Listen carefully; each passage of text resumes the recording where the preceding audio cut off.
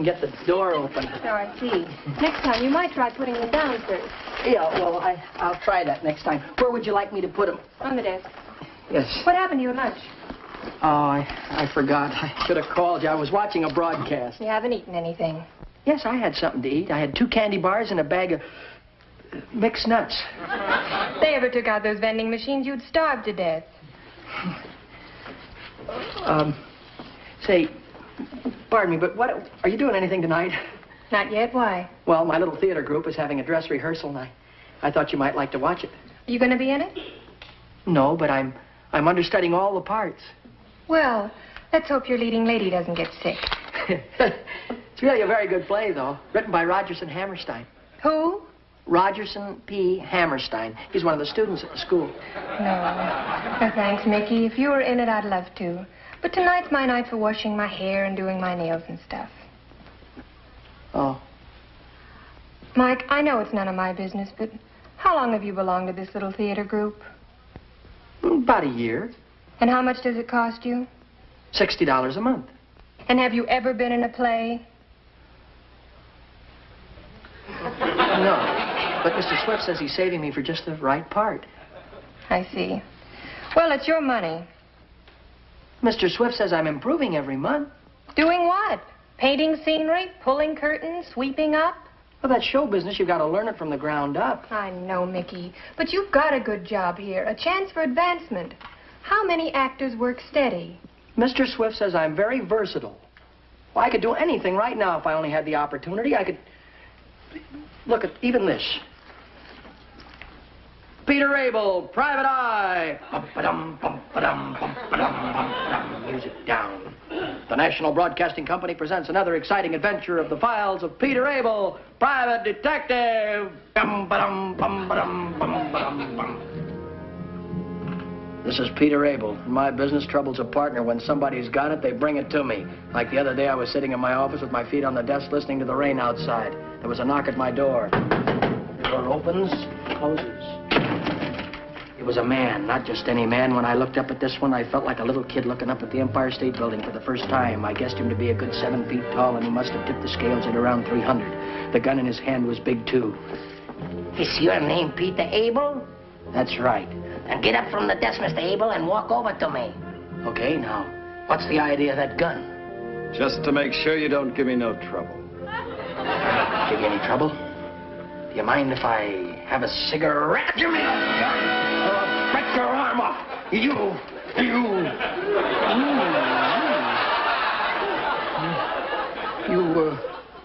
You can keep it.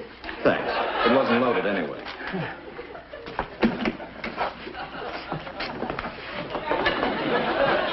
I wonder if we could trade him off to another network. Oh, he's all right, Mr. Brown. He's just ambitious. So is Machine Gun Kelly. But he's really an awfully nice guy. He's just obsessed with becoming an actor. Why? I don't know. It's in his blood, I guess. His mother was in burlesque. What does his father do? Juggle? No, he's a policeman. It's kind of romantic the way he met Mrs. Mulligan.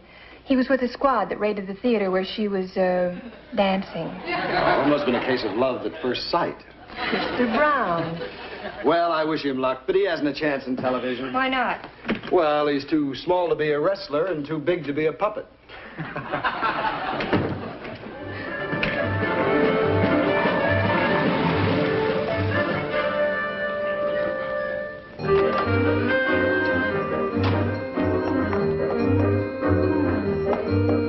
Hey, Mulligan!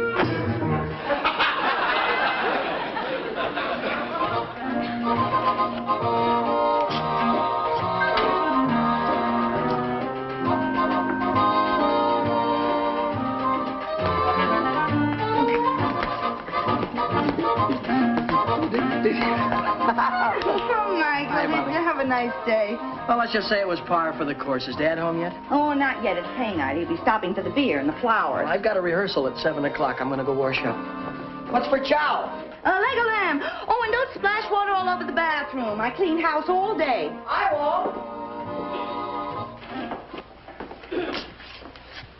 Well, I'm home. I'm out here.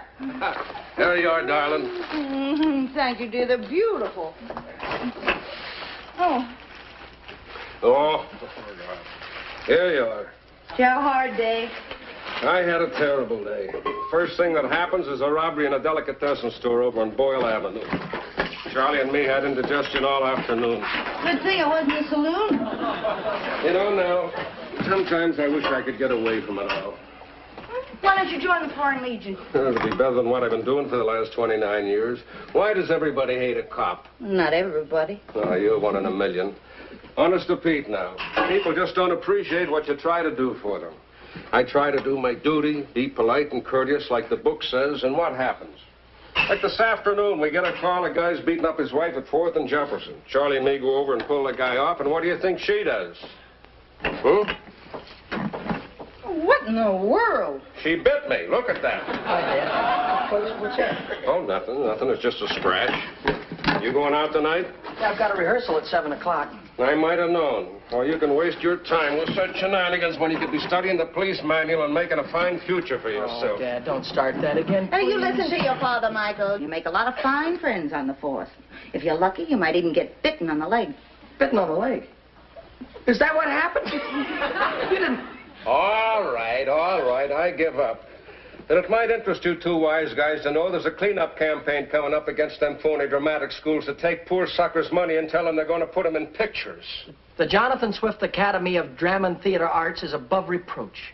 Maybe it is, but you've been going to that school for nearly a year now, and I haven't seen you in a play yet. Oh, that's because... You ask me, I don't think this Jonathan Swift knows talent when he sees it. All right, Swift, then. He don't know talent when he sees it. He knows talent when he sees it, Here, Dad. Michael, put the bread on the Just haven't table. had the right part yet. Joe, have a beer and cool off. All right.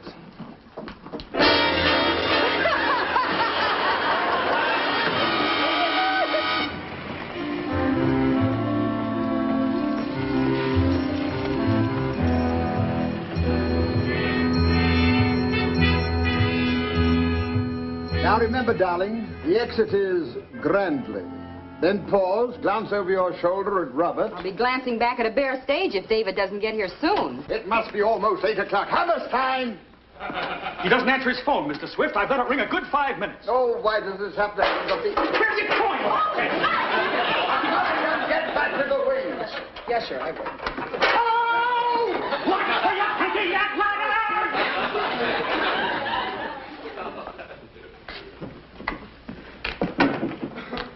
David, where have you been? Mr. Swift is very upset. It isn't like you to be late for a dress rehearsal. Well, Yes, Mr. Swift. there you are. Mr. Lambert, may I remind you the first rule of the theater is punctuality. In the future, tardiness will not be tolerated. Now, if you'll kindly consent to get into your costume, we'll proceed with the rehearsal. We'll start from the first act since the late Mr. Lambert does not make an entrance. Well? I can't go on. What did you say? I said I can't go on. Right, speak up, man, speak up. Remember, round, pear-shaped tone. How now, round cow? What do you mean you can't go on? It's my voice. Laryngitis. I can't talk. Well, these sort of things will happen and must be taken in stride. But remember the one thing I've always told you. The first rule of the theater is the show must go on. We'll put on the understudy. All right, Mr. Swift. Let the curtain just collar and I'll take it right up. Oh, hi, David. You finally got here, huh? We were worried about you. Thank you very much. What's the matter with your voice? Laryngitis.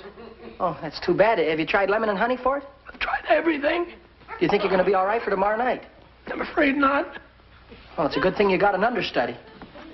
Understudy? That's me! Yes, Mulligan, that's you.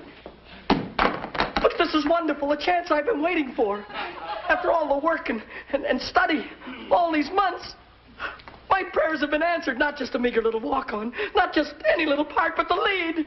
Me!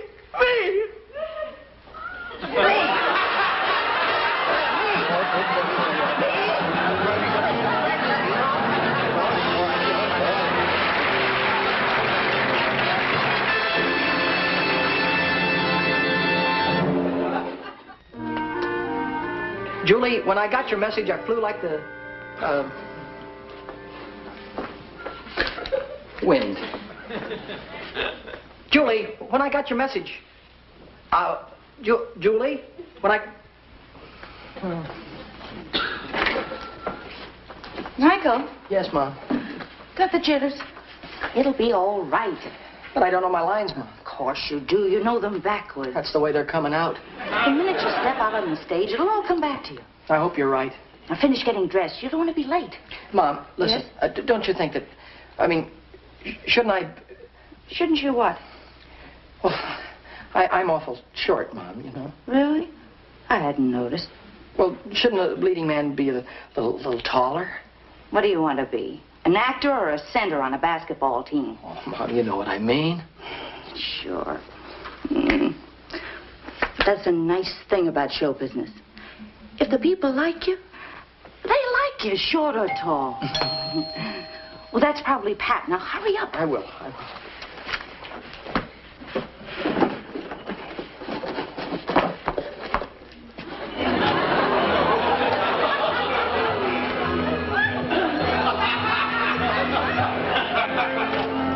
Hello, Pat. Hello, Mrs. Mulligan. What a pretty dress. Thank you. Just an old rag I wear to opening night.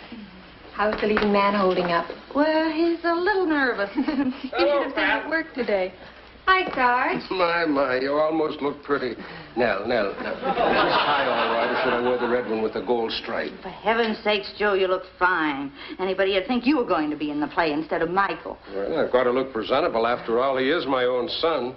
Say it's late. Isn't he ready yet? Michael! I'll be right there, Mom. Now, look, Nell, you know about these things. Is he going to be all right? He'll do fine. After all, it's just a little theater, and they're all students. No, you don't know. Somebody's liable to be there that's important. I asked Mr. Brown, my boss. He'll be there. Now, you see, Nell? Mike? Yes.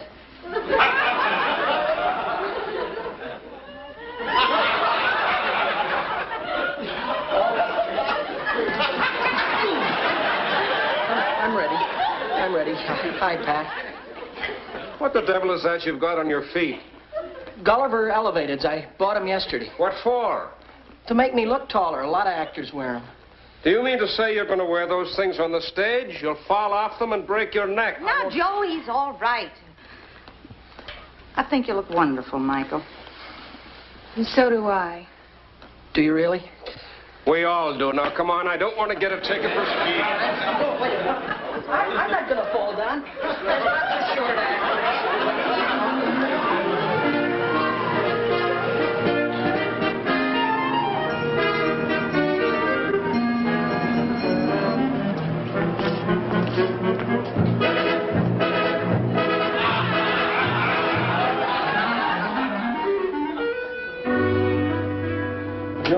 Julie. The curtain is in 10 minutes. I'll do my very best. How now, brown Cow. I just came in to wish you luck. Thank you. And Mulligan, remember, the Jonathan Swift Academy of Drama and Theatre Arts has a standard to maintain. The friends and families of all my students are in the audience. My reputation is at stake. I'll try real hard, sir. And Mulligan, my play. Those endless months of exhausting devotion. Days and nights without food or sleep. Emotions strained to the breaking point. Tears and laughter, passion and pain.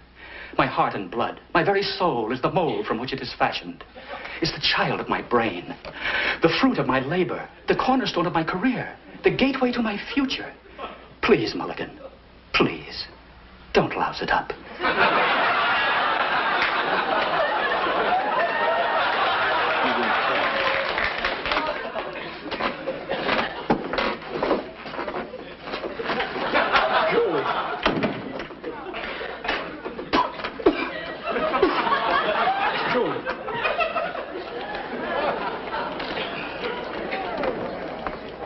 Joe, for heaven's sakes, relax. Take a letter, Miss Harding. Oh, hi, Mr. Brown. I'm sure glad you could come. Well, there aren't many secretaries I'd do this for. I'd like you to meet Mickey's parents, Mrs. Mulligan, Mr. Brown. How do you do? How do you do? I wish this thing would hurry up and start. You don't mind handing the curtain, do you, Rogerson? No. It never occurred to me to have an understudy for Mulligan. Mr. Swift! How now, brown cow? You found it! Yes, owe it all to streptochlorosulfoseton. Hallelujah! Quick, in your costume. There's not a moment to lose. I'll make the announcement. Ladies and gentlemen, welcome to the Jonathan Swift Academy of Drama and Theatre Arts. This is to be the premiere of Rogerson P. Hammerstein's new drama, Tomorrow Starts September. There's been a slight change in the cast, I'm very happy to announce. The part of Robert Heather will be played by David Lambert. Thank you. Why, that's Michael's part. It is? I wonder what could have happened. I'm certainly going to find out. Oh, don't take it so hard, Mulligan, old boy. It's all part of the game.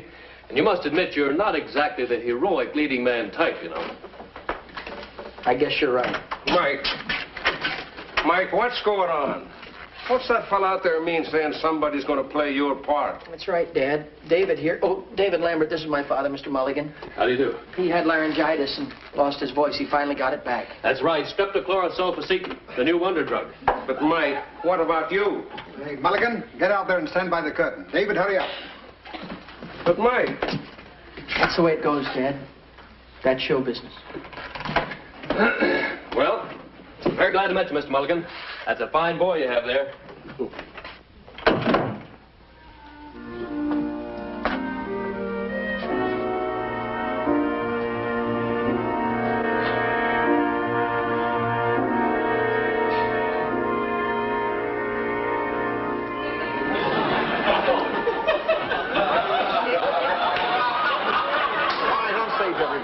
Ready with the curtain, Mulligan. Son, you forgot your medicine. Oh, thank you very much. Better take another shot now. You know the old saying, an ounce of prevention. Good idea.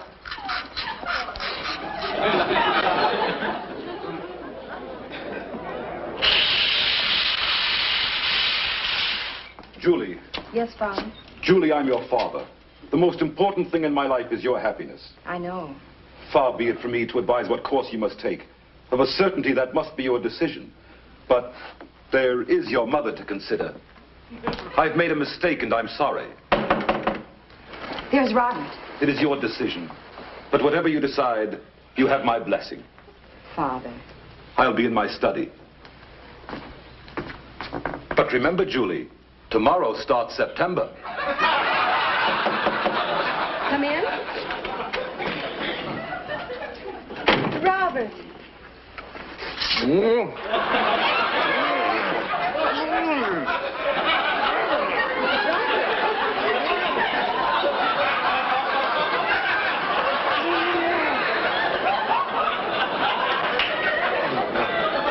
No. Pull the curtain. Get the rest of your costume. What's happened? He's lost his voice again. Well, come on, get going. How now, Oh, I'll make the announcement. Ladies and gentlemen, due to an unfortunate mishap, there will again be a change in the cast. The role of Robert Heather will be played by Mr. Michael Mulligan. Thank you. Joe. Yes, dear. What happened? Oh, that poor Lambert kid lost his voice again. Oh. It's a shame.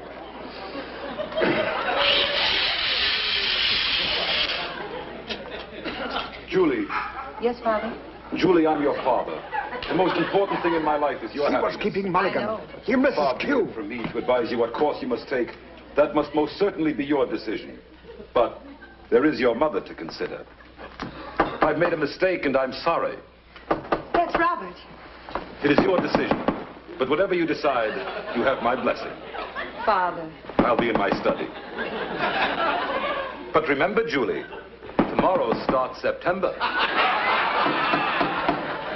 Come in.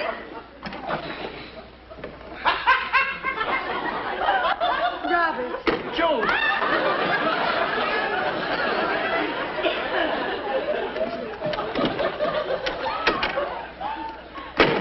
Julie.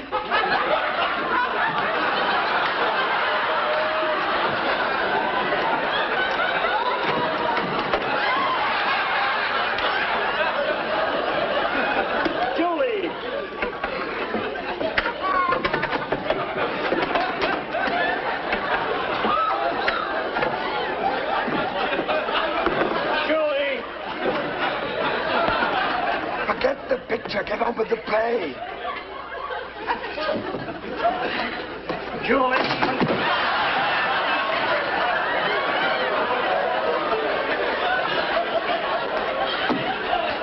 Julie.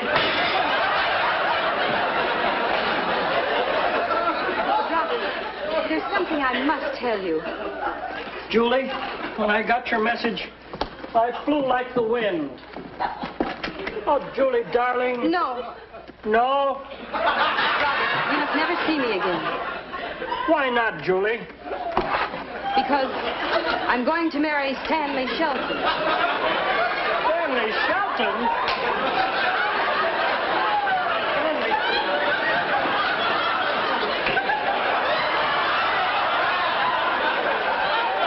You can't mean that, Julie. It must be some sort of a joke. Please, Robert, don't make it any harder for me than it already is. But I don't understand this. Robert, it doesn't make sense. Just leave it. But what of our love?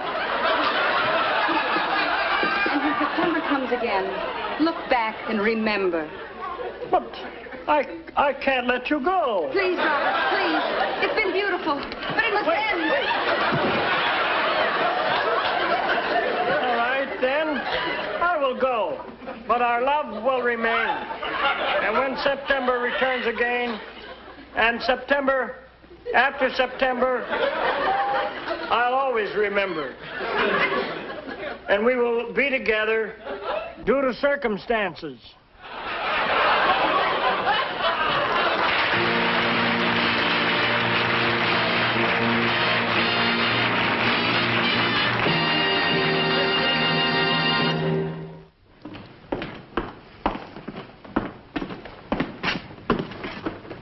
Quiet. Mickey Rooney's on the air.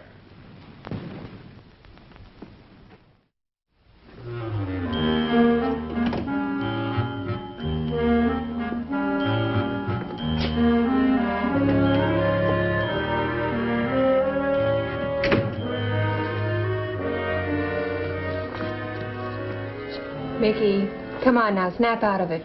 It isn't the end of the world. It isn't? No, it isn't. It's not so much for myself, but poor Mr. Swift.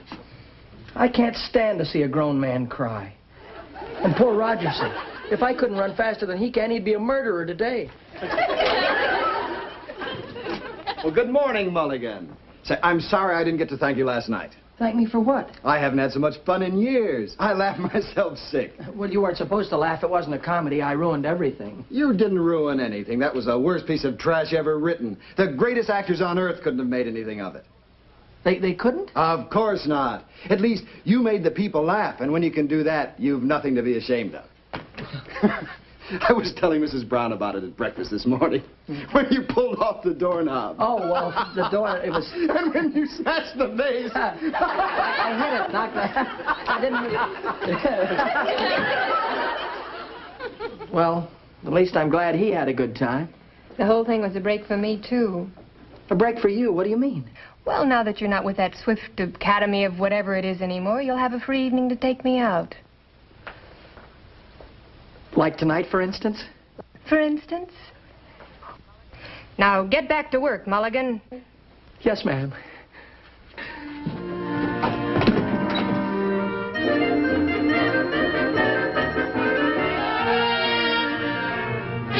Mickey Rooney will be back in just a moment. Oh, hi, folks. It's me again. And that was the good word from the folks who'll be bringing you our next Hey Mulligan show. We sincerely hope you like it. But most important of all, we want to thank you wonderful ladies and gentlemen out there for viewing our first Hey Mulligan show. And if you liked what you saw, please drop me a line and tell me about it. We'd greatly appreciate it. After all, you're the folks we're trying to please. So on behalf of the Mulligan family, here's hoping that you and your family will be with us the same time next week. We've got a wonderful show lined up for you, too. It's all about a young fellow who tried...